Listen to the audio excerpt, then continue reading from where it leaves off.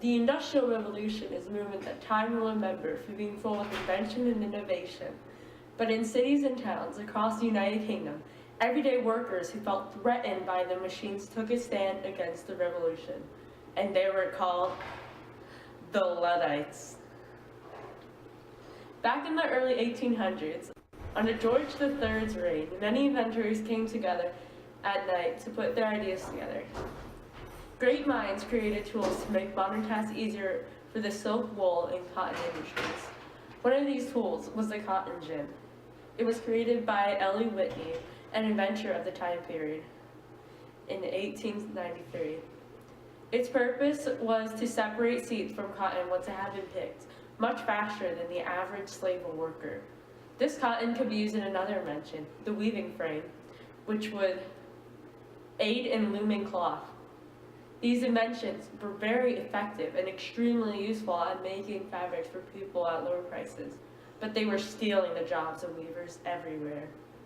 Workers who had specialized in fabricating and weaving had their occupations taken from under them to make way for these new inventions. Those who had practiced their whole life to weave perfectly were replaced with those willing to work for long hours, earning little wages on their machines. It started back in 1859 when William Lee invented the knitter's machine. He applied for a patent, but this patent was refused by Queen Elizabeth to protect hand knitters. William Lee's brother from France developed a better version of the machine and moved to England with it, where it would become patented and placed in markets. This made England a main place for knitting machines. The machines were 100 times faster than the hands of your average worker. Despite this advancement in the industry, many weavers' jobs were jeopardized by these machines. Luddites were weavers whose jobs were taken from under their feet to make way for new machines, causing them to lash out and destroy. The Luddite attack started in Nottingham before spreading to Yorkshire and Lancashire. The first attacks included the smashing and complete destruction of frames that they didn't own if the frame makers kept them too close to the Luddites' premises.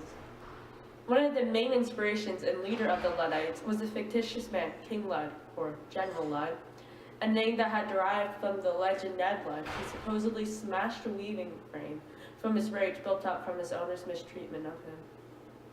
In the beginning, when more weaving frames were sabotaged, people would say that Ned Lud had done it.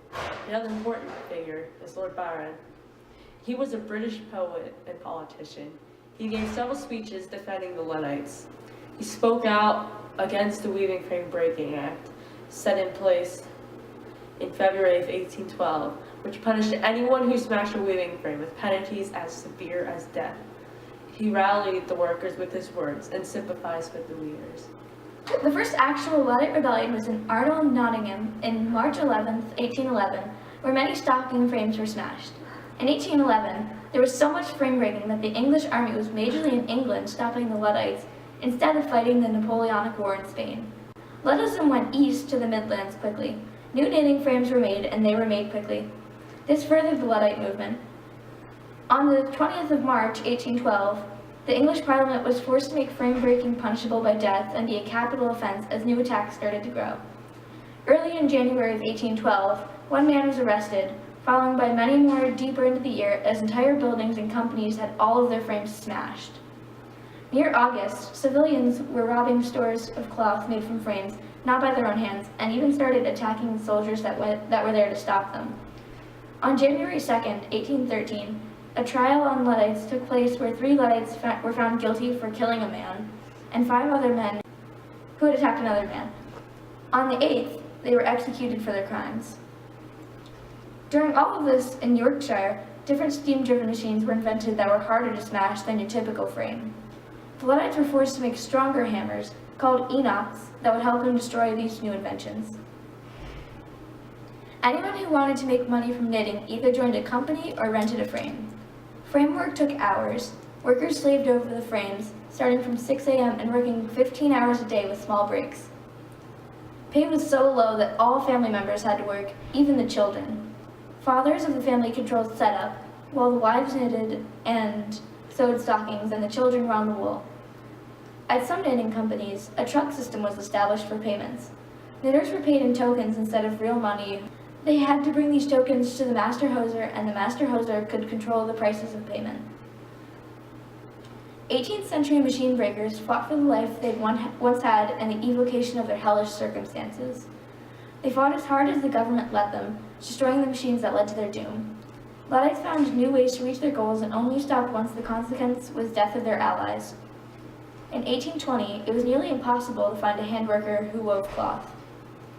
Although the Luddites failed to accomplish their goal of ending the harm done to the knitting trade by the Industrial Revolution, pleas from workers in horrible conditions working on frames led to the creation of minimum wage, working hour restraint, and condition requirements. The fight might not have reaped the benefit of their ploys, but their posterity was saved the struggle and pain that was bestowed upon the Luddites. In 1844, royal commissions sent to investigate conditions of knitters.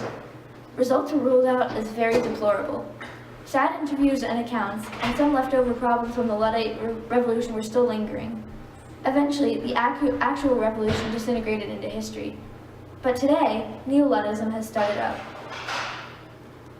Neo-Luddites hardly do anything and seem more joke than they actually do threats to the normal doings of society. Law won over the Luddites, and they shall be remembered in history for their brave wrongdoings.